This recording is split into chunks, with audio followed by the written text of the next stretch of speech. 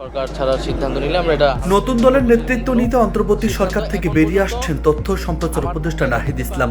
সামাজিক যোগাযোগ মাধ্যম সহ মূলধারার গণমাধ্যমগুলোতে এমন গুঞ্জন চলছে বেশ কয়েকদিন ধরেই। ঘটনার পরিক্রমায় জাতীয় নাগরিক কমিটি এবং বৈষম্য বিরোধী ছাত্র আন্দোলনের নেতাদের সঙ্গে যোগাযোগ করে গণমাধ্যমগুলো এখন অনেকটাই নিশ্চিত যে গুঞ্জন সত্যি হতে কেবল সময়ের অপেক্ষা। আরও স্পষ্ট করে বললে আগামী মঙ্গলবারই সরকারের শেষ দিন নাহিদের, পরের দিন তার নেতৃত্বে আত্মপ্রকাশ করতে যাচ্ছে তরুণদের নতুন রাজনৈতিক দল।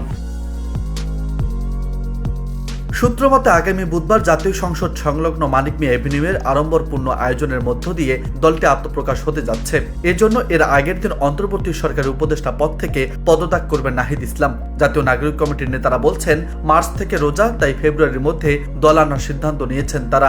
আত্মপ্রকাশ অনুষ্ঠানে 1 লাখ লোকের সমাগম ঘটাতে চান তারা। সে লক্ষ্যে অবিরাম কাজ করে যাচ্ছেন নেতাকর্মীরা। এদিকে দলের আত্মপ্রকাশ উপলক্ষে বেশ কয়েকটি কমিটি কাজ করছে। এর মধ্যে রয়েছে অনুষ্ঠান প্রস্তুতি কমিটি, গণতন্ত্র ও ঘোষণাপত্র তৈরি নিয়েও রয়েছে পৃথক কমিটি। এসব কমিটি দফায় দফায় সভা করেছে। সর্বশেষ গত শুক্রবারও বৈঠক হয়েছে। এদিকে আত্মপ্রকাশের সময় প্রায় চূড়ান্ত হলেও দলের নাম ও সাংগঠনিক কাঠামো নিয়ে এখনো রহস্য তৈরি করে রাখা হয়েছে। শীর্ষ পদগুলো নিয়ে সমঝোতায় আসতে জাতীয় নাগরিক কমিটি ও বৈষম্য বিরোধী ছাত্র আন্দোলনের নেতাদের মধ্যে শেষ মুহূর্তে আলোচনা চলছে। তবে জুলাই গণ অভ্যুত্থানের সামনের সারিতে থাকা ছাত্র নেতারাই নতুন রাজনৈতিক দলের শীর্ষ পদগুলোতে আসছেন, এটা অনেকটাই নিশ্চিত। সেই সঙ্গে দলের আহ্বায়ক পদে নাহিদ ইসলাম ও সদস্য সচিব পদে আক্তার হোসেনের নাম অনেকটাই নির্ধারণ বলে জানিয়েছেন ছাত্র নেতারা।